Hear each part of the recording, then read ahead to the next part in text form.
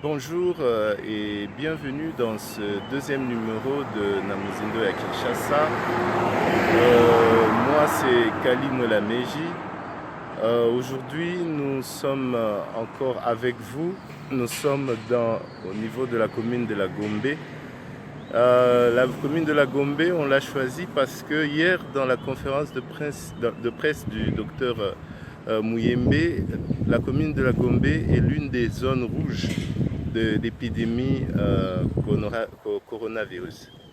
Donc nous avons bien voulu tourner ici, dans la commune de la Gombe, avec un activiste pro-changement qui va se présenter tout à l'heure pour que nous puissions un peu ensemble, qu'il puisse nous donner un peu ses idées par rapport aux différentes mesures qui ont été annoncées par le chef de l'État ou les mesures que le chef de l'État a encore renforcées hier. L'activiste pro-changement va nous dire qu'est-ce qu'il pense de ces mesures, quelles sont les idées qu'il peut avoir. Nous allons quitter la commune de la Gombe, on va aller dans la commune de Kinshasa où il y a d'autres personnes, des citoyens qui nous attendent et qui nous attendent pour pouvoir donner aussi leurs idées. Alors, je vous dis bonjour et bienvenue encore dans ce magazine web Namuzindo à Kinshasa qui vous est présenté par Kali Mwelameji. Merci, à tout à l'heure. Bonjour monsieur, et est-ce que vous pouvez vous présenter? Bonjour, moi c'est monsieur Franck Bapingi, je suis activiste pro-démocratie. Très bien, Franck Bapingi, aujourd'hui nous sommes avec vous au niveau de la commune de la Gombe, l'une des zones, on va dire une des zones rouges parce que le docteur Muyembe hier a parlé de le taux d'infection dans cette commune est assez élevé. Et hier, nous avons suivi tous le discours du chef de l'État où il a annoncé d'autres mesures. Nous sommes dans l'état d'urgence. Et il a recommandé au gouvernement provincial de pouvoir mettre des points où la population peut se laver les mains. La question que nous voulons un peu savoir, vous en tant qu'activiste pro-changement, quelles sont les idées que vous pouvez donner par rapport à cette mesure afin que cela puisse bien s'exécuter? Premièrement, je félicite le courage du chef de l'État d'avoir pris le risque de décréter l'état d'urgence parce que c'était très nécessaire et important de décréter l'état d'urgence compte tenu de la pandémie qui fait ravage dans le monde et maintenant la RDC est touchée. Par rapport aux checkpoints que le président a parlé pour des checkpoints pour laver les mains, je demanderai au gouverneur de la ville, M. Gentini Ngobila. Les checkpoints ont déjà existé, je me rappelle, lors de nos marches anti-Kabila à l'époque. Il y avait des checkpoints où il y avait des contrôles. Donc c'était presque dans toutes les rues de Kinshasa. Donc cela permettait je pense que c'était à 100 mètres, on vérifiait si la personne avait sa carte d'électeur. Donc si le gouverneur prend les mêmes mesures, parce qu'il n'a pas encore pris les mêmes mesures, chaque 100 mètres, il y a un checkpoint où on peut facilement tester la personne avec les appareils et là où il peut laver les mains parce qu'apparemment la ville aussi elle est paralysée, donc il n'y a pas une fréquence comme d'habitude, mais les checkpoints permettra à ce qu'on puisse vérifier ou contrôler ceux qui sortent de la rue et ceux qui entrent. Ça permettra à dénicher ceux qui portent encore les virus, même si les symptômes ne sont pas encore... Et si nous connaissons tous comment les choses se passent dans notre ville, surtout au niveau des moyens, on prend des décisions, mais il y a toujours une contrainte, on va dire, logistique. Si cette contrainte logistique arrive, comment vous pensez que le gouverneur peut régler? Qu'est-ce qu'il peut prendre comme démarche de façon à arriver quand même à exécuter ces mesures-là? Bon, pour la démarche que le gouverneur peut prendre, premièrement, la somme, apparemment, les efforts contre la riposte, elle est un peu dispersée.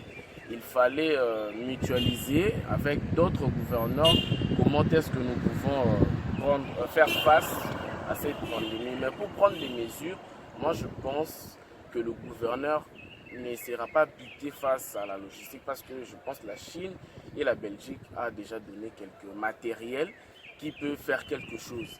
Vous voyez, j'ai parlé de marche anti-Kabila. On a déjà fait des checkpoints. Il suffit d'avoir 2 appareils, je ne sais pas moi les thermomètres, je ne sais pas moi comment on appelle ça, 2 dans chaque pointe, ça peut faire l'affaire. Même si on ne peut pas mettre dans 100 mètres, mais on peut même dans 500 mètres faire des checks. Moi je pense qu'on ne sera pas buté à des problèmes logistiques parce que nous les activistes, nous avons initié déjà des actions dans le rond-point, nous avons mis des seaux, on a mis des masques et des désinfectants. On a essayé de nous mobiliser avec nos petits moyens, on a fait quelque chose et à plus forte raison avec le moyen de l'État. Donc je pense que le gouverneur sera en mesure de mettre en place ces checkpoints. Mais à ce niveau-là de la logistique, c'est là où aussi quand même on va dire ça demande aussi quand même une solidarité on va dire nationale où les gens peuvent aussi arriver à contribuer, d'où nous sommes en train d'entendre un peu comment des appels à la solidarité un peu. On a entendu Fali, maintenant on a entendu le Fayoulou, on a entendu un peu tout le monde et le chef de l'État aussi a annoncé justement la création de ce fonds. Mais comment vous pensez qu'on peut organiser ça? Bon, c'est une très bonne initiative que le chef de l'État a prise. Mais seulement, on dit l'exemple vient d'en haut. Nous, en tant que leaders, nous avons des associations. Lorsque nous lançons un appel de fonds, on commence par un geste pour donner l'exemple.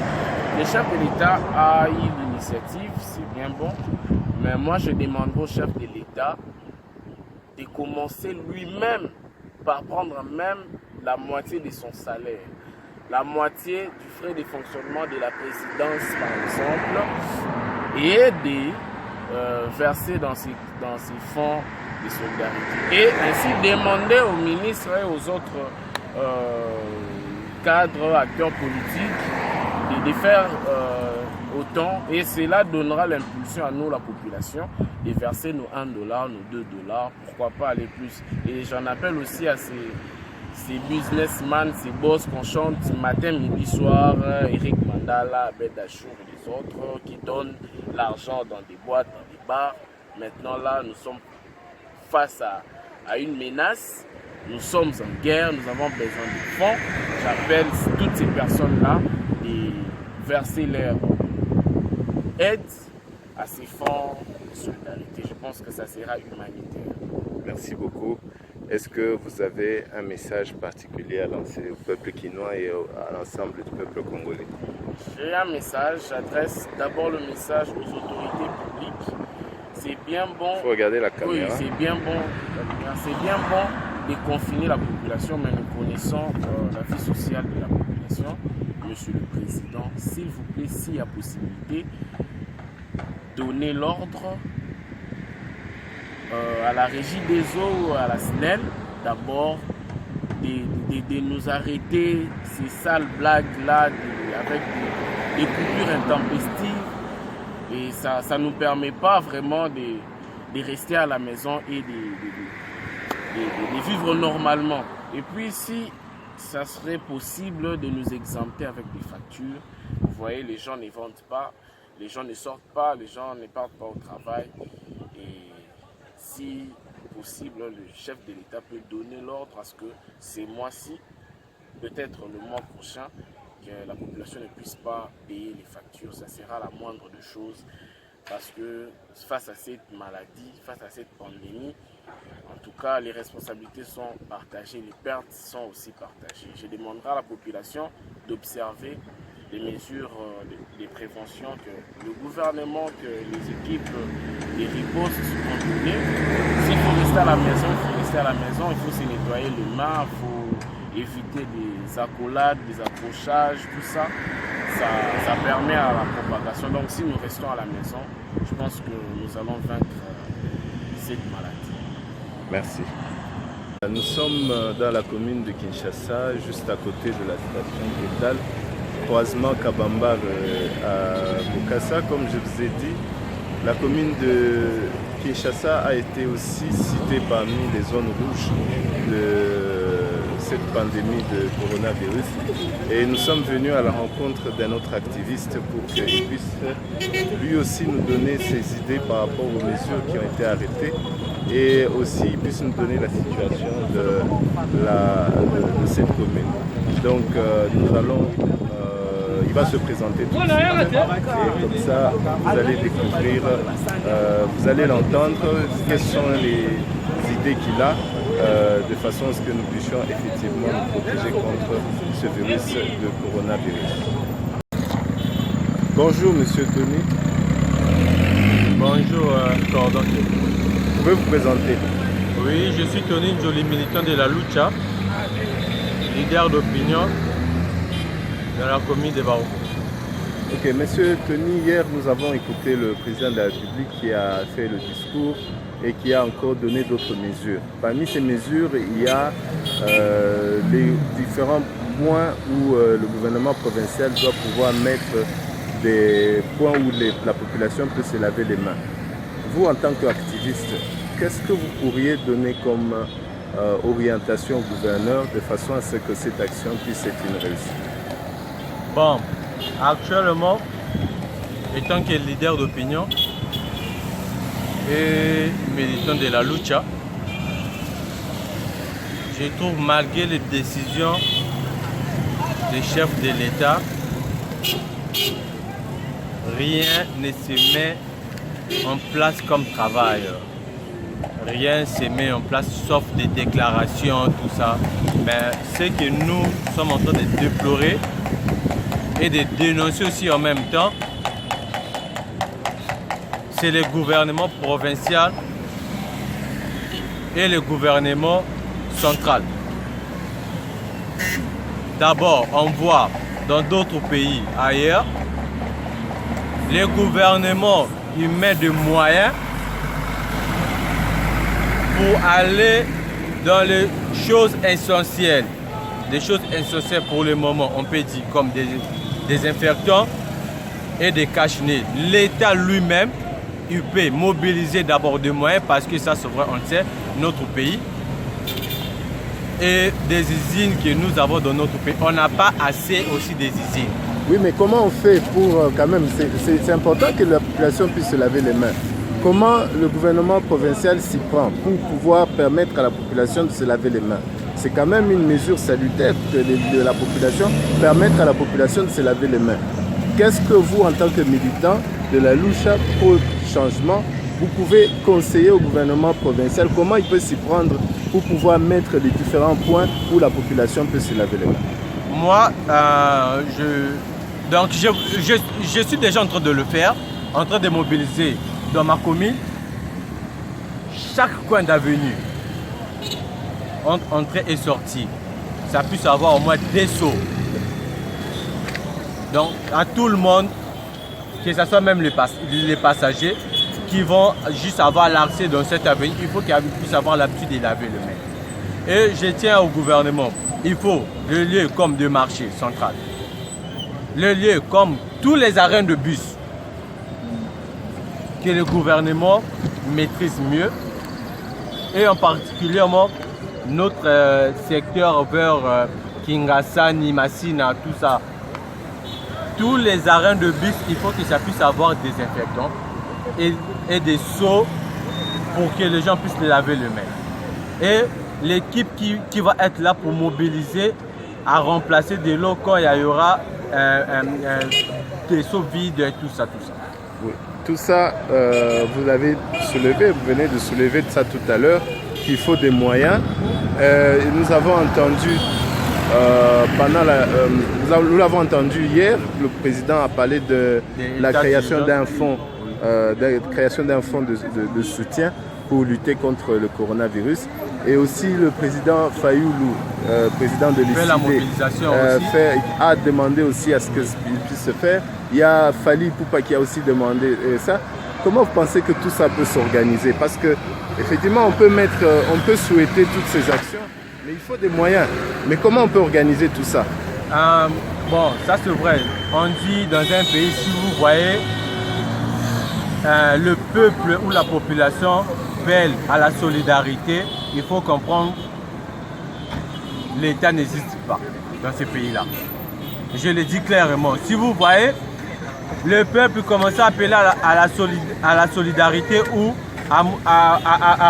au moyen de mobiliser les moyens, donc l'État n'existe pas. C'est ça le cas de notre pays. Mais on tient juste à tous les bonnes fois, parce que ça, souvent, je le dis clairement, il y a des...